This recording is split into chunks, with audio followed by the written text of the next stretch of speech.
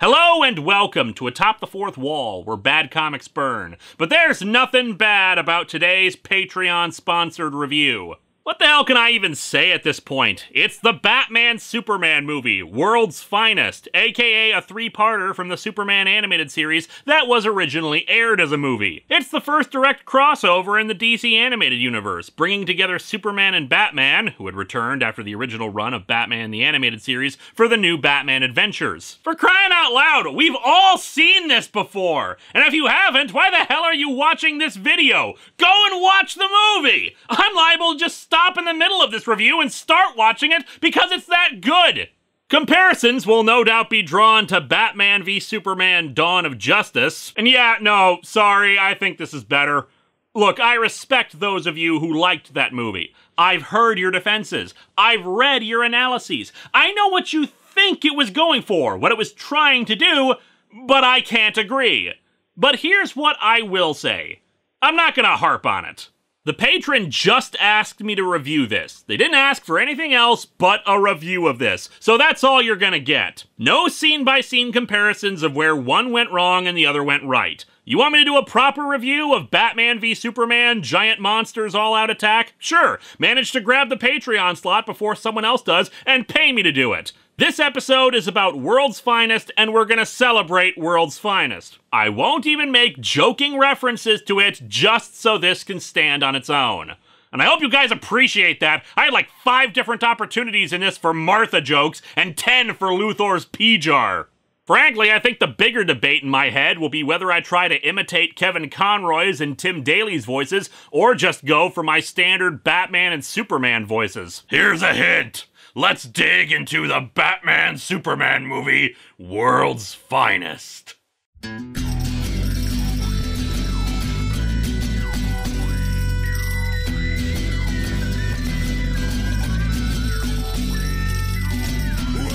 to Atop the Fourth Wall, where bad comics burn. Linkara's gonna teach you all a lesson you won't learn. Brodsky, you're not the smartest. Life out, you're not an artist. Anyone who's had a bad comic published, it could be your turn. Linkara, he's a man who punch, wears a birdie hat. Linkara, he has a magic gun. Where'd he purchase that? Linkara, coins, robots, Amazon and trucks. Linkara, this comic sucks. Linkara.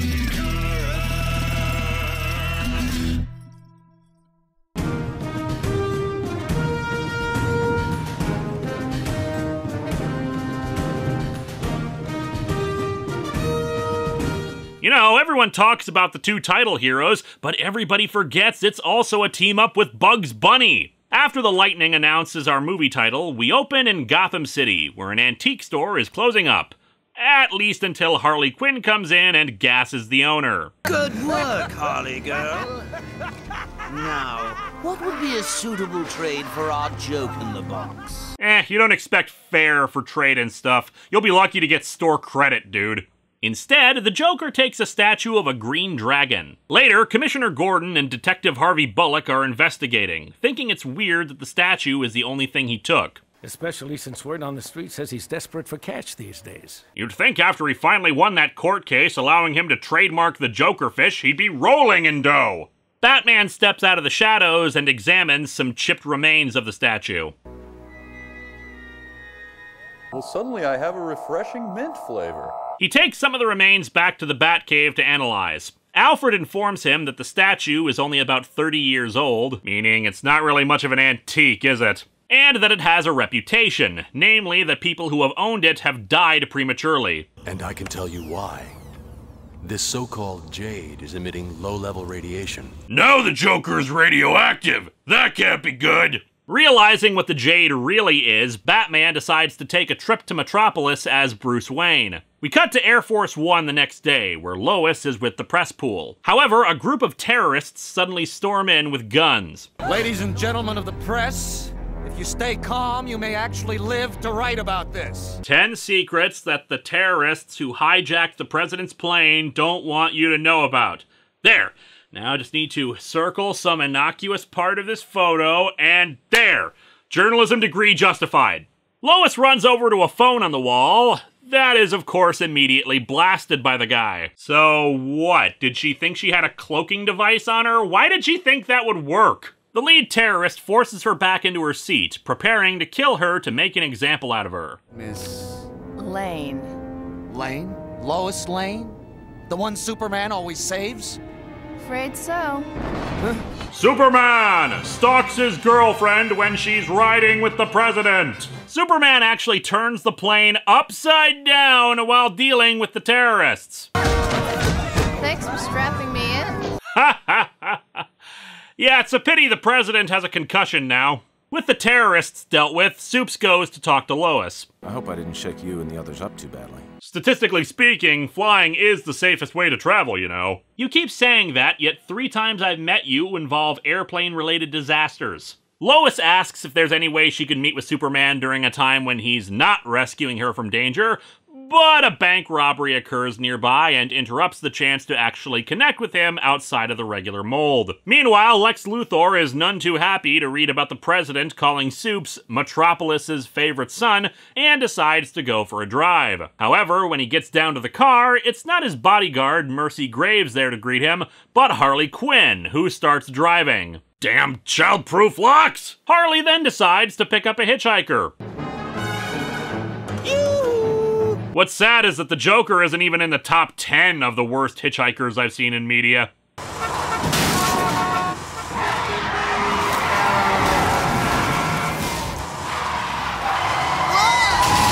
Strange how Superman can see the president's plane being hijacked or the bank robbery from miles away, but is utterly oblivious to the carnage caused by this limo.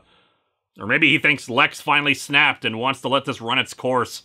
The Joker explains to Lex that he's had quite a bit of bad luck against Batman lately, but thinks he might be able to kill Superman if he's paid $1 billion. Lex is unimpressed until Joker reveals what he's brought with him. The statue. And the jade it's made of is actually kryptonite. You know I can't be connected to this in any way.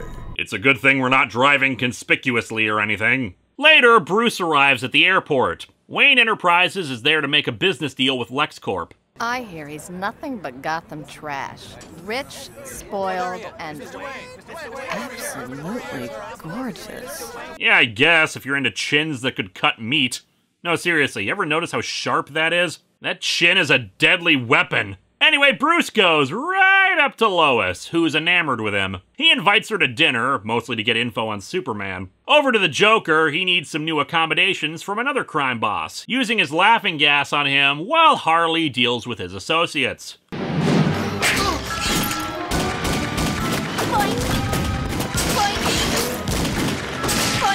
You know, being able to leap tall buildings in a single bound isn't really as impressive when anybody with a pogo stick can do it. After Detective Dan Turpin shows the crime lord's still laughing body to Superman, Lex and Bruce are doing a test of a robot their companies have built together, something designed for unmanned space travel.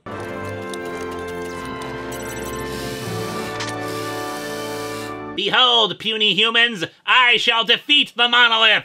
Lex suggests to Bruce that the robots could have military applications, which of course Bruce is not in favor of. What he is in favor of is dinners with hot reporters. Listen, you seem awfully interested in Superman. Do you want me to fix you two up? No! It's not like I care about him or anything, Baka! OMG, does he think I'm cute? The two start dancing instead of discussing men in tights.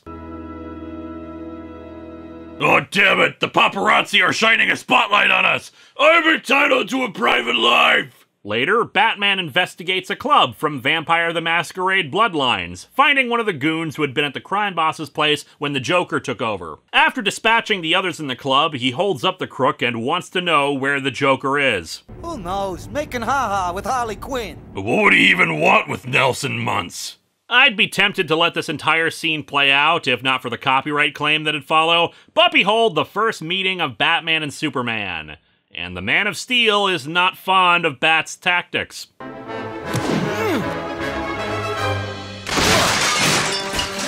Wow. That really fixed the knot in my back! Thanks, Batman! Say, want to join my hockey team? As I've said before, I don't really sit and ponder who would win in a fight between X and Y type of nerd discussions, since I much prefer to see heroes, teaming up to fight the bad guys. But you've gotta love this scene, a reminder of the skills of both to show that they can be on equal footing. Sure, Superman can flatten Batman instantly, but the fact that he just tossed him without a second thought indicates that he knows how to lift and move a much stronger opponent. Superman presses his own advantage by using his X-ray vision. Bruce Wayne. Hi, Bruce Wayne. I'm Batman. What? No, you're Bruce Wayne. I'm not. Yes, you are. Then who are you? I'm Clark Kent. Aw, damn it. Still got it. Superman tells him to get the hell out of his city, but Bats shows off the tiny crumb of kryptonite. Even that small amount of it is enough to hurt Supes, who tosses it into some water after warning him of how much the Joker has on him. But of course, this also served another purpose. He puts a tracker on Superman's cape, allowing him to track him back to his apartment, which is how he really finds out he's Clark Kent. Touché. Oh, damn it, Clark! That thing doubles as a USB thumb drive! 8 gigs even! It was a peace offering! A bit later, the two meet up in their civilian identities. It's been 3 days without success in finding the Joker, though Clark's also worried about his relationship with Lois, that he's setting her up to get hurt. But Bruce admits he's serious about her as he takes her out to dinner again. This city is gorgeous at night. Is it? I wasn't looking at the city. I've been looking at my reflection in the mirror over there. Hot damn, my hair is great. The Joker arrives to cockblock Bruce, bringing with him the goons he had recruited from the crime boss. After the Joker shocks her unconscious, Bruce is forced off a ledge with about a gajillion bullets, and then onto a window cleaning scaffold, where they shoot more. And then falling again where he hangs off a ledge, where he's shot at even more. Just stop and aim, you idiot! The Joker escapes in the most efficient mode of transportation in order to elude Superman, a blimp. Because really, when your enemy is faster than a speeding bullet, why even bother? The Joker shows off the kryptonite to Lois, smashing it in half since, well, he doesn't really need the whole thing, and it probably pays to have insurance or something he can sell later to others if he needs to. And really, just looking at Harley Quinn there, I'm reminded of something that has been bugging me for several years now. And this is not strictly a thing related to the DC cinematic universe. This has been a problem since at least the Arkham games. Can we please get Harley Quinn back in her original friggin' outfit?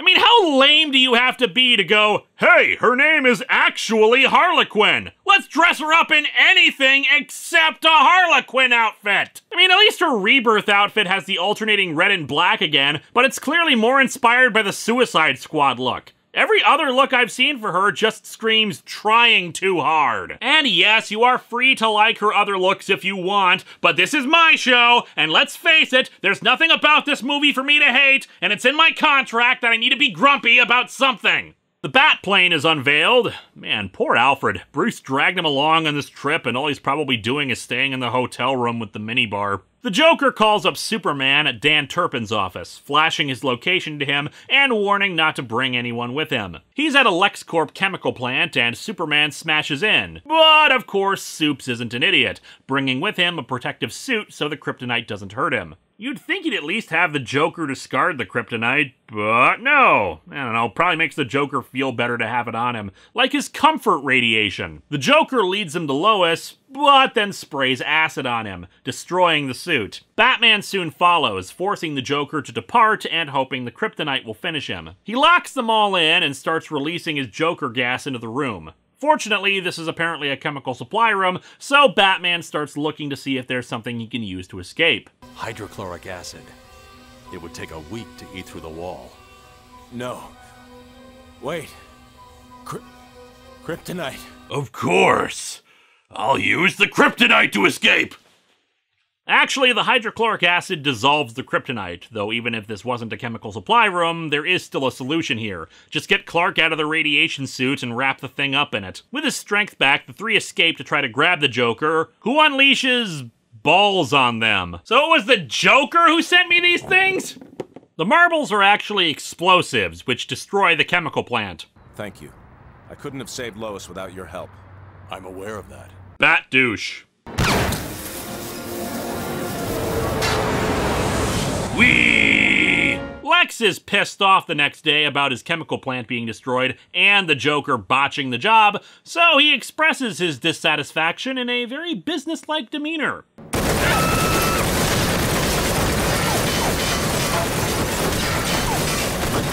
Why does everyone's aim suck so much in this? While Mercy and Harley fight, Joker tries to convince Lex to up his payment because of Batman's presence. Lex refuses though, insisting that the Joker finish the job he was hired for or the deal is off. Also, his head grows huge while he chews the Joker out. This is why you don't go to business meetings in DK mode, kids. Clark stops by to talk to Lois, where Bruce is also hanging out. He overheard Lex talking about the deal with the Joker. I suppose I could ask him. Are you working with the Joker? Nope. Damn it, he's a criminal mastermind! Actually, his solution is a little more effective. Breaking into Lex's bedroom. What do you want? Information regarding a mutual acquaintance. What are you talking about? I don't know any... Dear Lord, Mercy's gonna finish this thing with only 3 functioning nerve endings and 1 unbroken finger.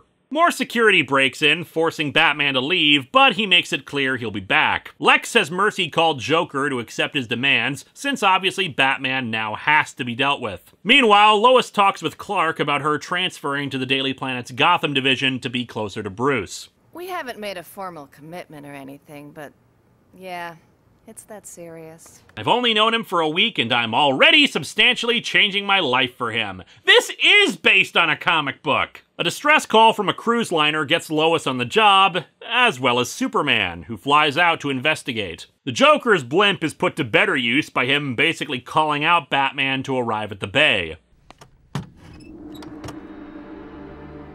If I may be so bold, when in Rome, sir. When in Rome, promote a toy line! Of course, Alfred! When Superman arrives at the cruise liner, the captain says there's nothing wrong. Until they see a small boat next to the liner transmitting a signal that explodes and provides a reason for Superman to be there. Batman, meanwhile, arrives to his meeting with the Joker, who has a new toy of his own, the unmanned spider robot from the business partnership, exploring strange new worlds while covered in your blood. While Superman rescues the boat, Batman tries like hell to evade the robot, which chases him into the city. Still not as many traffic accidents as Harley caused earlier. Bats heads for the Daily Planet looking for Clark to help, but only finds Lois. He leads it down into the printers, where his cape gets trapped in the machines and pulled off along with his cowl, revealing his identity to Lois. Fortunately, with her help, he gets the robot inside of the printer and destroys it. Lois is not happy. So when were you gonna tell me? The honeymoon? Oh my God, Lois! You're Bruce Wayne? What? I'm Lois! Ha! You admitted it!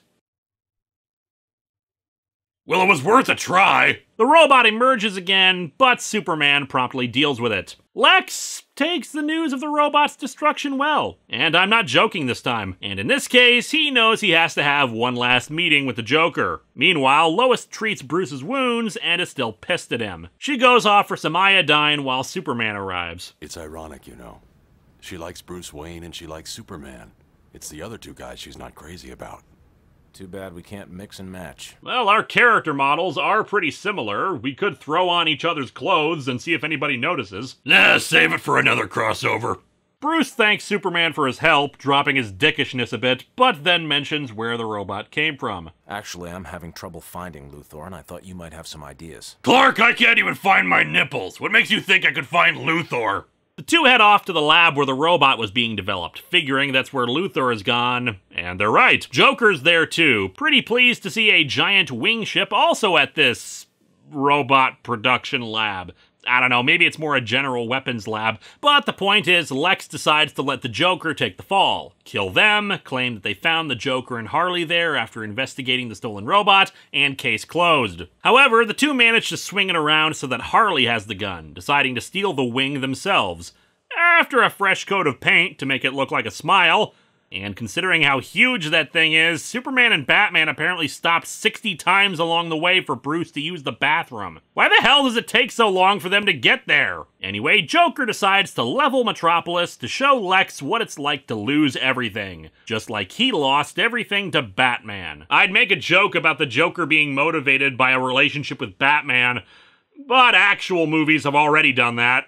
They unleash the other robots on them while the Joker launches the ship. The two are able to deal with the robots, all except one, which has Mercy duct taped to it. They do eventually deal with it, Mercy telling them about the Joker's plan, but then an even bigger robot is revealed. Because let's face it, why build a dozen smaller giant spider robots when you can do that and build an even bigger giant spider robot? Man, I wish spider Daleks were a thing. Anyway, Batman heads off to deal with the Joker while Soup stays behind. But the Joker taped the kryptonite to it. The Joker starts leveling the city, but Batman manages to get a few shots in, before the wing's anti-aircraft missiles shoot him down. He ejects onto the wing, managing to get inside. Superman deals with the bigger robot when it decides to crush him under a chunk of door, which unintentionally blocks the kryptonite and allows him to smash both the bot and the kryptonite. As Batman and the Joker fight, the explosive marbles get let loose and start blowing up the wing. Superman gets Luthor out while Batman grabs Harley, but neither is able to grab the Joker, who is caught between a wall and the balls as it starts going down. At this point, he probably is. Ha! Good one, Bruce! You gotta tell Alfred that one later. Damn, I shouldn't have said that. Now I'm hungry for pudding. We never get an explanation for how the hell the Joker survives this, which he does. But hey, it's superhero stuff. It'd be more impressive if he did die. Lex is exonerated, Harley is sent back to Arkham, and because of the questions raised by all this, Bruce is able to sever the contract with LexCorp. However, he also has to sever ties with Lois, who is now more reluctant to be involved with him because of all this. Clark sees Bruce off. Come to make sure I'm leaving? Actually, I thought we worked pretty well together. Not that I want to make it a regular event. Agreed! Absolutely never want to work with you again! Never ever! We're gonna be in almost every episode of Justice League together, aren't we? Yep, thought so. And so our movie ends with Bruce flying off back to Gotham, and Clark just stands there doing nothing. This movie is great!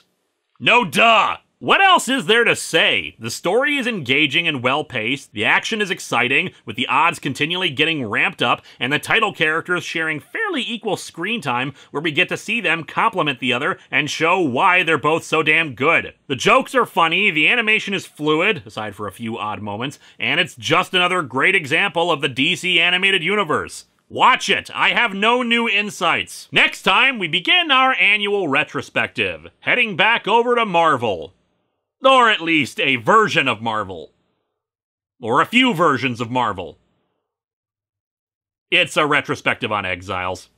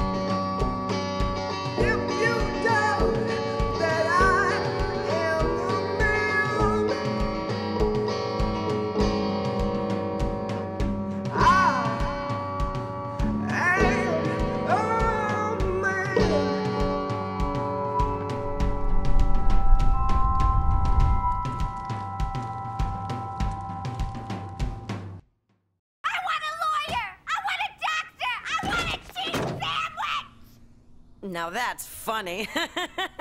Ow!